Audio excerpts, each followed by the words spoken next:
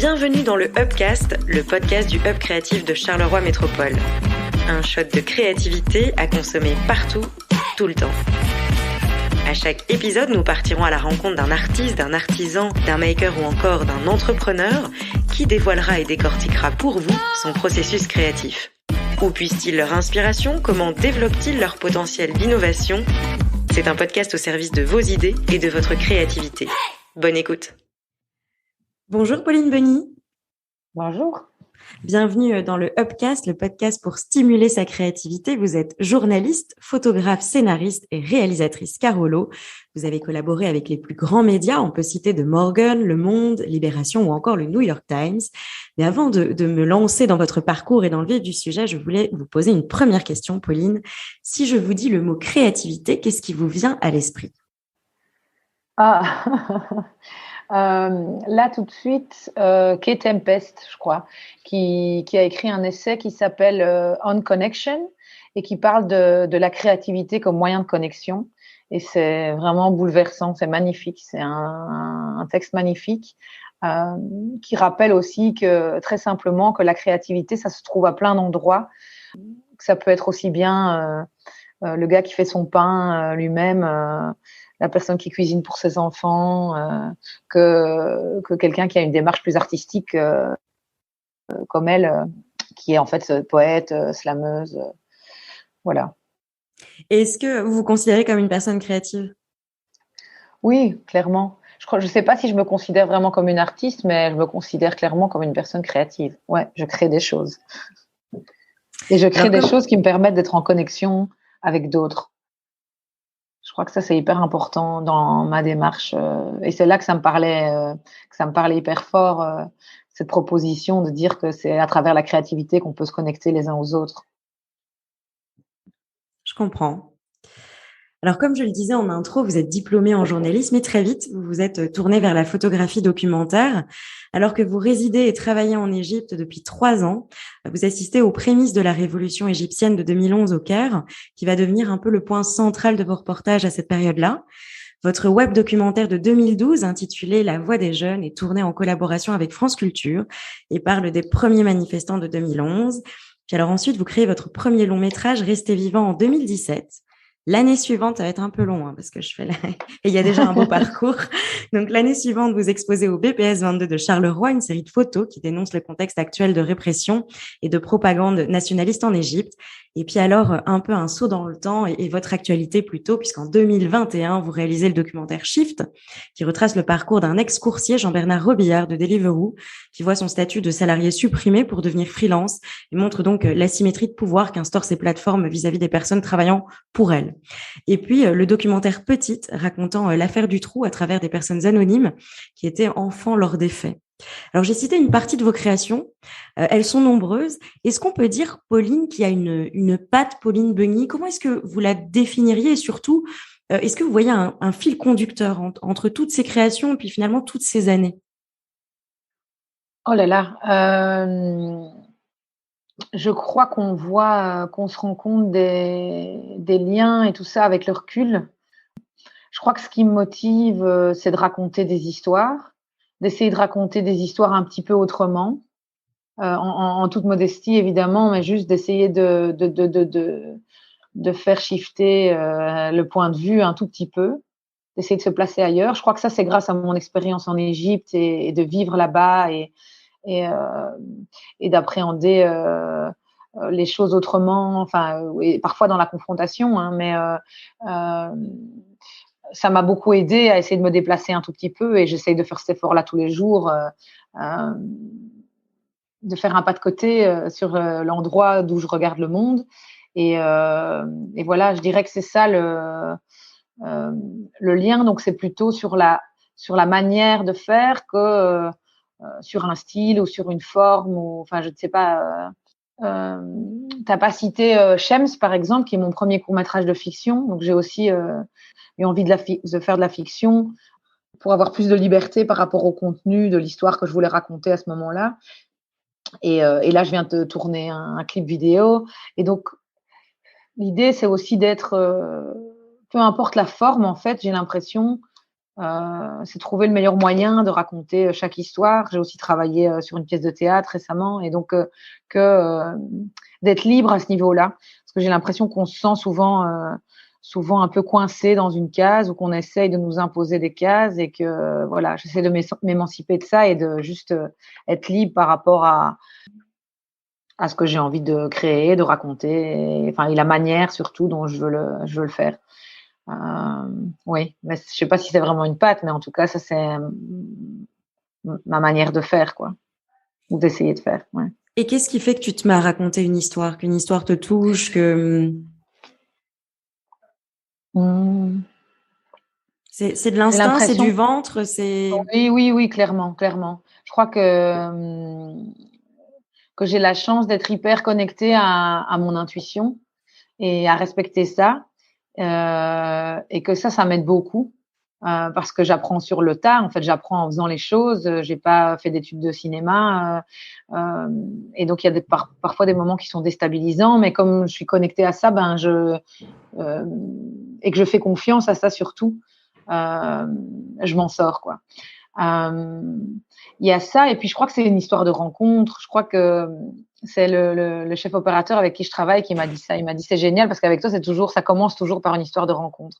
Là, je développe un long métrage de fiction, euh, qui va se passer à Gilly, Charleroi, enfin, et que j'ai écrit, et qui part, ouais, qui est un sujet qui m'intéressait sur l'égalité des chances, l'école, etc. Mais qui part en fait concrètement d'une rencontre avec des jeunes à Gilly, quand j'étais en train de tourner des images pour Petite, justement, pour donc mon dernier documentaire. Et de cette rencontre, j'ai commencé à discuter avec eux, et voilà. Et donc on s'est revus, et grâce à ça, voilà, je commence à écrire un nouveau film, quoi. Mais c'est souvent comme ça. Et clairement, l'Égypte, c'était ça aussi. C'était une série de rencontres qui m'ont bouleversée, qui ont changé ma vie.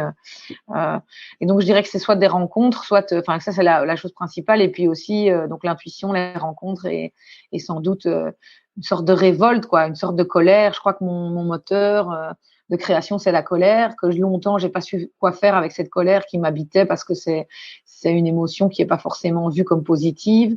Et en fait, j'ai réussi quelque part. Grâce à tout ça, à toutes ces histoires sur lesquelles je travaille, à transformer cette colère en quelque chose de concret et de peut-être utile, je sais pas, mais en tout cas de partage, quelque chose que d'autres gens peuvent, avec des choses avec lesquelles d'autres gens peuvent interagir, et peut-être, ouais, ouais, voilà. Et comment on embarque une équipe? Puisque un film, ça se fait pas seul. Il y a aussi un côté un peu, peut-être pas chef d'orchestre, c'est peut-être pas le terme, mais il y a quand même une énergie, une émulation. Et Ouais. comment est-ce que tu travailles? Est-ce que c'est très structuré? Est-ce que tu te laisses une marge de manœuvre? Comment? Donc là, j'entends vraiment des gens qui vont nous écouter, qui connaissent pas du tout le métier, Ouais. et qui se disent comment ça se passe? Comment est-ce qu'on fait ça? Mhm. Mais alors peut-être que je reviens un petit peu en arrière. Comment est-ce que j'ai commencé à faire des films? C'est vraiment parce que je viens de la photo, et qu'à un moment donné, la photo me frustrait un peu, parce qu'il y avait pas de parole euh, attachée à cette image fixe, quoi. Et puis que l'image était fixe aussi. Et donc c'est comme ça que j'ai réalisé mon premier documentaire, avec vraiment cette envie de partager une parole, qui était la parole de plusieurs jeunes que j'avais suivis, rencontrés en Égypte. Et c'est comme ça que j'ai commencé. Et en fait, ce dont je me suis rendu compte dans le processus, alors que c'était un film très bricolé, fait vraiment au départ, hein, voilà, des brouillardises où tout le monde faisait un peu tout. Ma productrice prenait le son, voilà, on faisait tout. Moi, je filmais, j'avais pas encore de chef opérateur, de directeur photo avec lequel je travaillais à ce moment-là. Donc voilà, c'était très fait maison.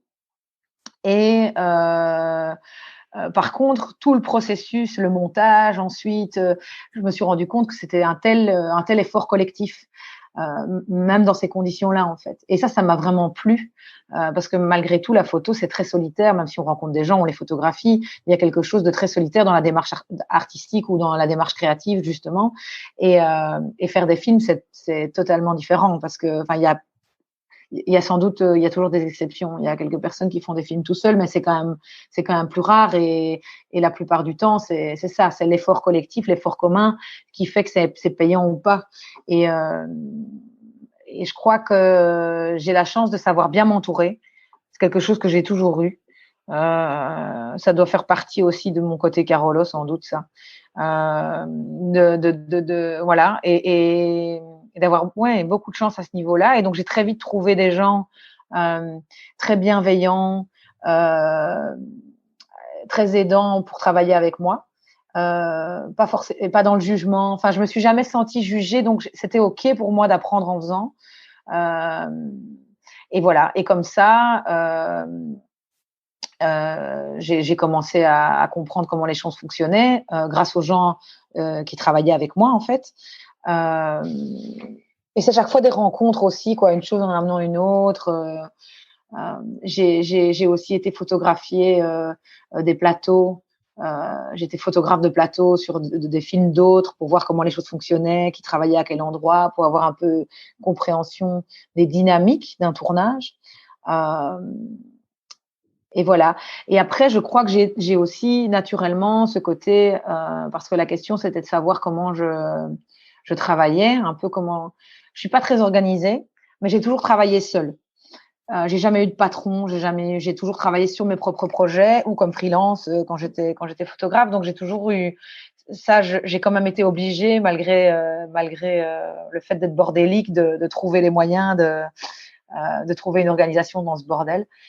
Parenthèse, mais à mon avis, c'est pour ça que j'adore le Caire, parce que c'est un bordel énorme, mais c'est super organisé, en fait, d'une certaine façon.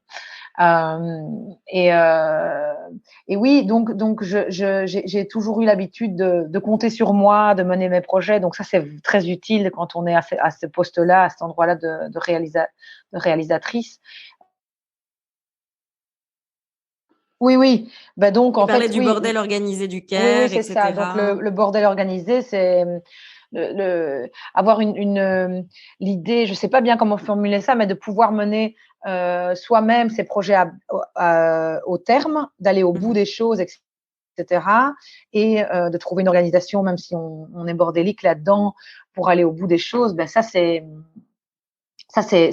un atout en fait à cet endroit-là d'être réalisatrice, d'être un peu à l'impulsion du projet en fait. Et donc ça m'a beaucoup servi. Et après, oui, j'ai un naturel un peu, je crois, oui, j'allais dire tyrannique, donc je disais, mais mes amis m'appelaient au Caire Moustabida, ce qui veut dire tyran, pour rigoler, hein, avec beaucoup d'amour, j'espère. Mais donc, je crois que j'ai un peu ce côté-là, un peu, je sais diriger en fait. Ça n'a pas été, ça n'a pas été une souffrance pour moi d'être à cet endroit-là. Et je crois que même ça a justement apaisé certaines choses, c'est que là, c'était tout à fait valable de pouvoir le faire. Enfin, c'était, c'était même demandé d'être comme ça.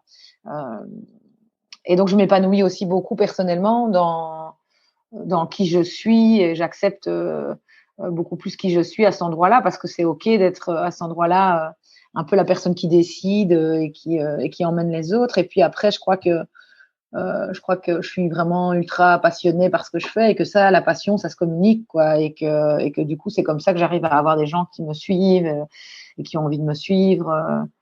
Voilà. Et Tu parlais tout à l'heure du pas de côté. Tu vois, du pas oui, de côté, de regarder les choses oui. autrement. Est-ce que c'est quelque chose de naturel? C'est quelque chose que tu travailles, que tu vas chercher, que tu questionnes? Ah oui, oui, Euh, oui, c'est pas du tout naturel, hein. Je crois que on a été, on a été éduqué dans une société raciste et misogyne et qu'il faut lutter contre ça chaque jour, quoi, et en commençant par soi, clairement. Enfin, j'essaye, oui, tous les jours de remettre ça en question, quoi, de remettre mes privilèges en question, de comprendre exactement où je me positionne dans le monde, comment je me positionne par rapport aux autres, qu'est-ce que je peux faire pour que la parole circule plus, que les récits changent. Parce que voilà, je crois que mon moteur, au final, je disais qu'est-ce qui fait lien là-dedans, dans tout ce que j'ai pu faire, etc. Je crois que je me dis que le récit, créer des récits, c'est quand même un pouvoir, même s'il est symbolique, ce pouvoir-là, il faut qu'on commence à y réfléchir davantage. Comment est-ce qu'on change les histoires? Et je crois qu'il y a quand même un mouvement pour l'instant qui essaye de faire ça, et j'ai envie de m'inscrire là-dedans et de dire, voilà, on essaie de raconter les histoires un tout petit peu autrement. Je dis pas que je vais révolutionner l'art du récit, mais juste d'apporter un mini grain de sable là, et de dire, si on est plusieurs comme ça à faire ça, essayer de raconter les histoires autrement, les représentations changent, et du coup, si les représentations changent, les choses changent. Et du coup, c'est par rapport à tout ça que je parlais de ce pas de côté. Et quels sont les récits qui ont été structurants chez toi, qui ont été inspirants? Qu'est-ce qui t'a marqué? Qu'est-ce qui a un peu façonné ton regard? Quelles sont tes inspirations? Mes inspirations, elles viennent plutôt d'expériences que je vis au départ, je pense, de gens que je rencontre, d'expériences que je vis. Comme tu l'as dit, j'ai eu la chance énorme de vivre une révolution, enfin, ou en tout cas le début d'une révolution en Égypte, et ça a vraiment changé ma vie. C'est-à-dire qu'on peut comprendre intellectuellement l'idée de personnes qui meurent pour ses idées. Voilà, c'est très romantique d'ailleurs, etc.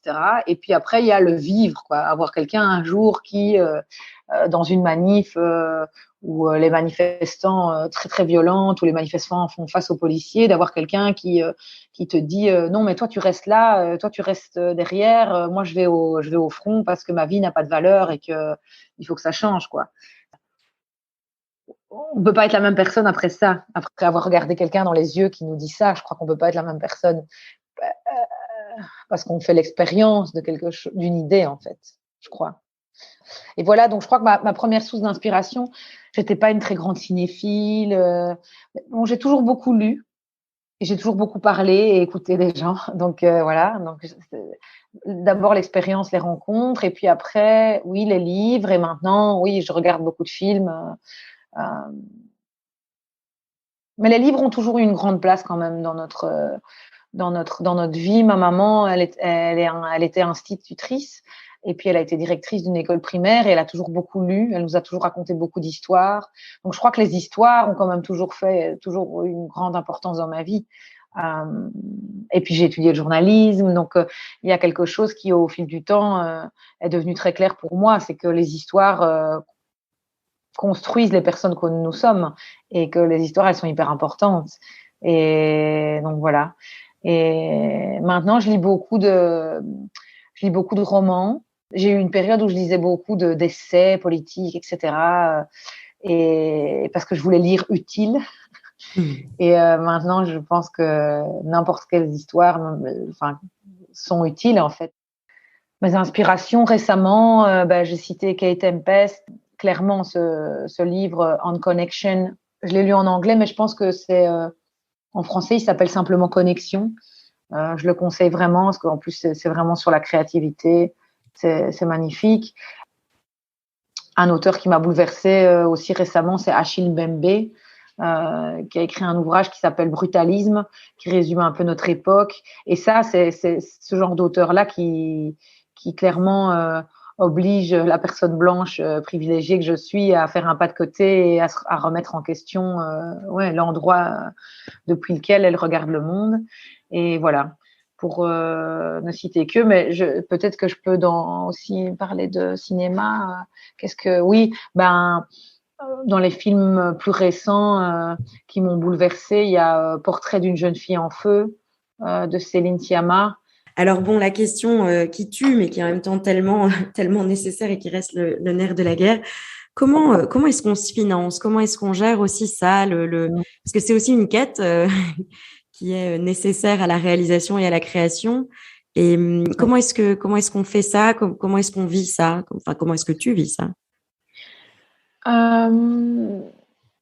J'ai pas de statut d'artiste, donc et je pense que ça va pas forcément plaire que je dise ça, mais je pense que j'ai pas envie d'en avoir un, en tout cas pour l'instant, parce que vu ce que c'est ce statut d'artiste, c'en est pas un. Et à chaque fois qu'il parle de réforme, c'est de pire en pire. Et donc, j'ai pas envie d'être dépendante de ça et que ça me bloque aussi. Donc, j'ai plutôt cette idée de vraiment me bouger pour que chaque projet soit financé et me paye, en fait, justement. Mais c'est clair que c'est une bataille. C'est une bataille de tous les jours d'être payé correctement dans ce métier. Et après, j'ai ce paradoxe, c'est que je crois que je suis profondément anticapitaliste et en même temps, j'ai envie de faire des films qui fonctionnent, qui marchent, qui soient vus par des gens, donc qui soient des produits quelque part, parce que j'ai l'impression que c'est comme ça que je vais pouvoir en vivre. J'ai pas et surtout en plus, j'ai envie de faire des trucs qui parlent au plus grand nombre. J'ai pas ce truc de niche. J'ai envie de faire des trucs grand public en fait. Donc ouais, ça c'est la question du financement, elle est compliquée. Pour l'instant, ça marche ces dernières années, mais j'ai beaucoup travaillé.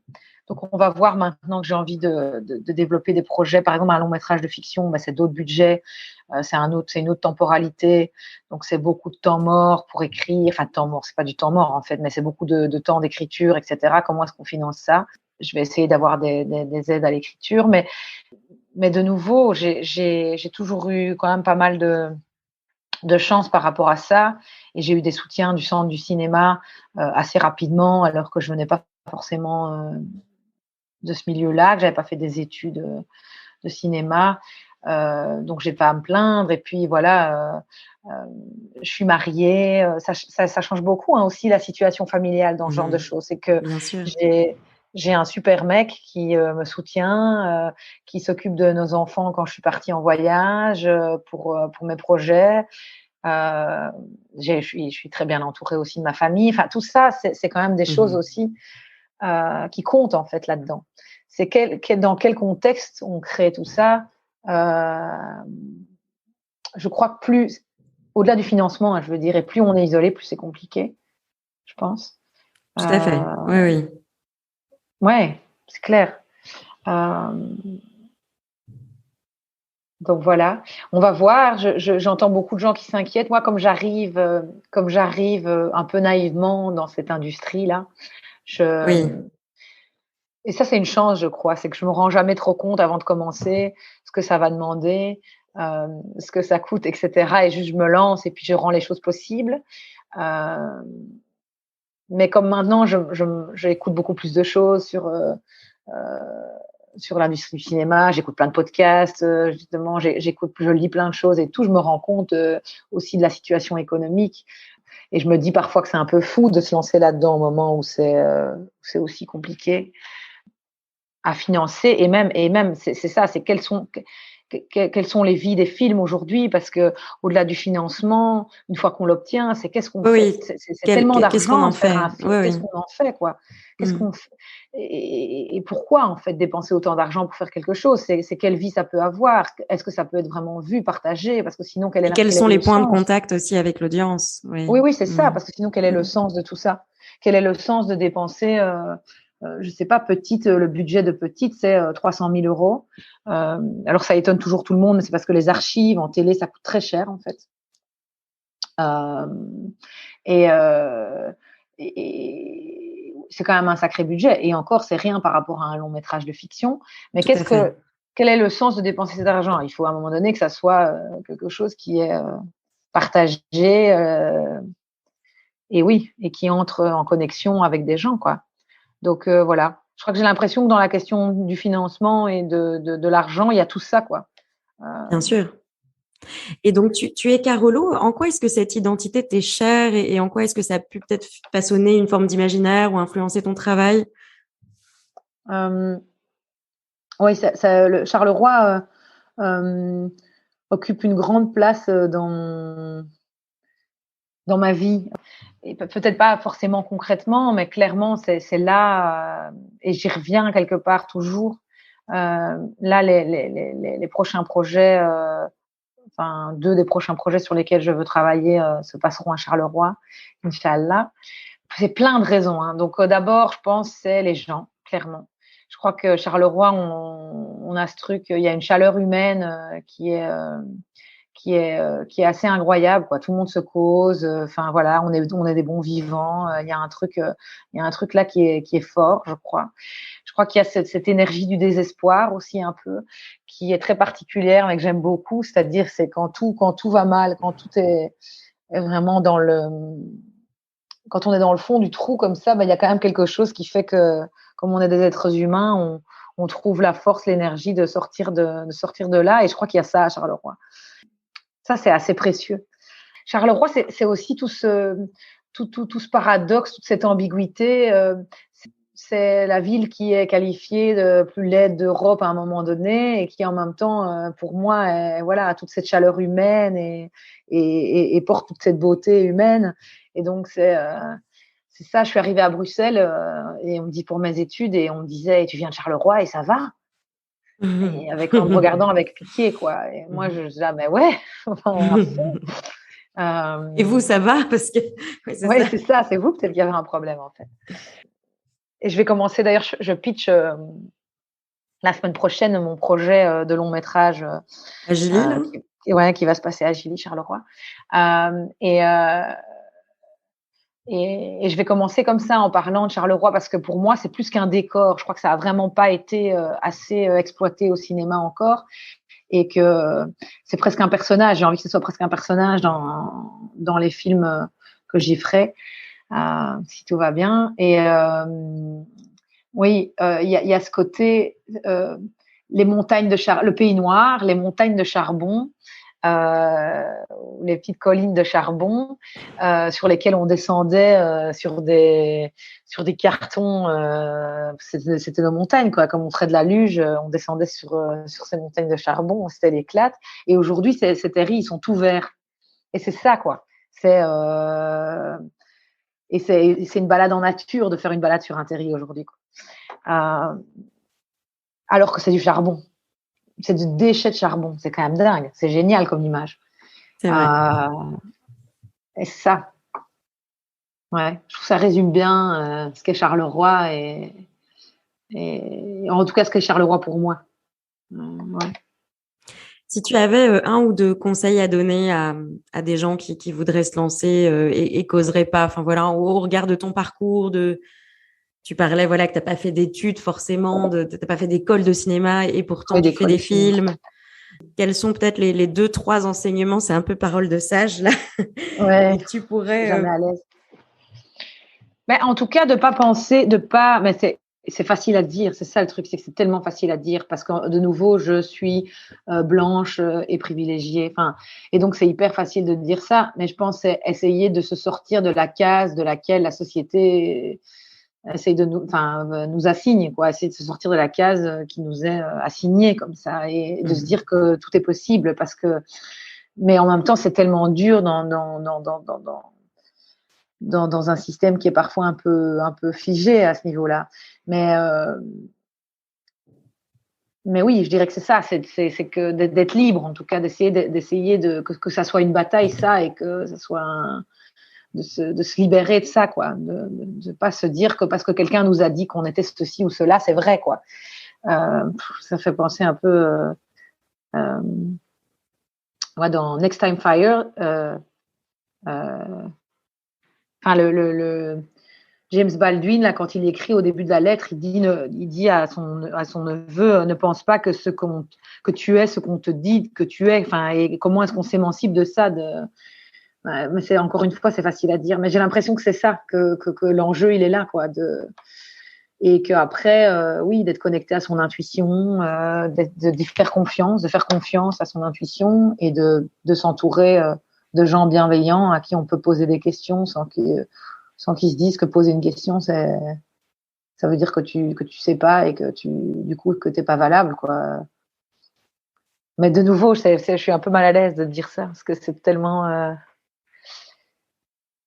C'est facile à dire. J'ai pas l'impression que j'ai eu du mal, moi. Tu vois, j'ai pas l'impression parce qu'on m'a aussi beaucoup demandé cette question fatalement, t'es une femme. Mais ça ne m'a jamais empêché. Donc j'ai suis solidaire évidemment et féministe, mais je ne peux pas dire que j'ai été victime de discrimination parce que basée sur mon sexe, quoi. Donc mon genre. Mais ça ne t'empêche pas d'observer le monde et d'avoir oui, ce discours-là sur les choses. Bien sûr, bien sûr. Très bien. Merci beaucoup, Pauline. Mais avant de te quitter, j'ai un petit jeu final pour toi. Ok. Alors, c'est simple, j'ai quelques petites questions. L'idée, c'est d'y répondre de manière spontanée. Alors, le livre qui a pu semer en toi des idées ou être à l'origine d'un projet, est-ce qu'il y en a un? Oui. The Fact of a Body.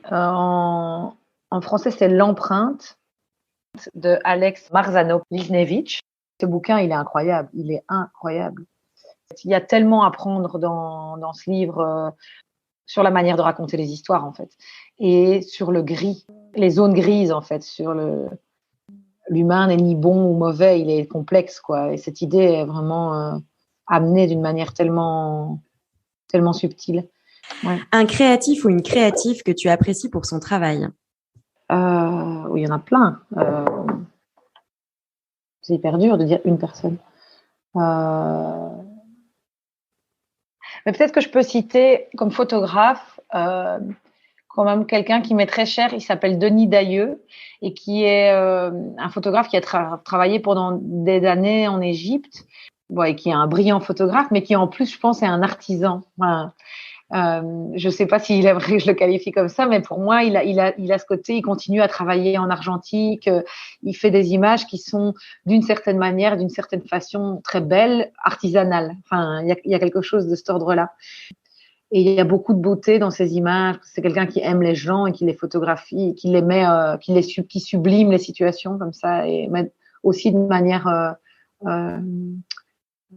subtile. C'est pas du gros bling bling, quoi. C'est délicat, on va dire. C'est simple et beau, ouais.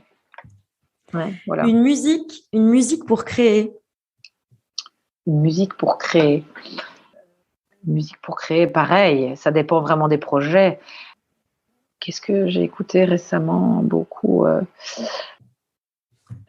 Pour l'instant, j'ai écouté, mais je viens de tourner un clip, donc j'ai écouté beaucoup de musique égyptienne, de la scène électro-shahabi, rap en Égypte.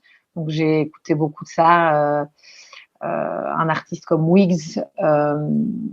Et donc je viens de réaliser un clip pour Sadat. C'est une figure de ce mouvement musical électro-shahabi, ou de ce courant, peut-être on dirait plutôt. Donc voilà, j'ai écouté ça pas mal. Un lieu pour s'évader. Un lieu pour s'évader. Le Caire, clairement. Un exercice à donner à nos auditeurs pour stimuler leur créativité. Ça, c'est pas simple comme question. Non, mais je crois que j'ai un début de réponse. Récemment, une copine, une de très bonnes amies, me disait qu'elle écrivait souvent, un peu à la manière d'un journal, ses émotions ou dès qu'elle se sent pas bien, ou le soir avant d'aller se coucher. Et en fait, ça marche trop de faire ça. Parce que de là, juste, ça fait trop du bien parce qu'on met sur le papier plein de choses négatives qu'on a peut-être en soi. Mais de là vient plein d'idées. Faire l'exercice vraiment d'écrire tout ce qui nous passe par la tête. Tout ce qu'on a envie de sortir. Eh bien, merci Pauline, c'est la fin de cet épisode. Merci beaucoup. Merci pour vos réponses, pour vos précieux conseils. Et voilà, et j'espère qu'on aura l'occasion de se retrouver pour un deuxième épisode. Merci. Merci à toi. C'est la fin de cet épisode. Merci pour votre écoute. Suivez-nous sur les plateformes de podcast. Le UPC est un collectif d'acteurs au service de vos idées et de votre créativité. Et pour vous tenir au courant de notre actualité, rendez-vous sur notre site www.hub-charleroi.be. À très vite.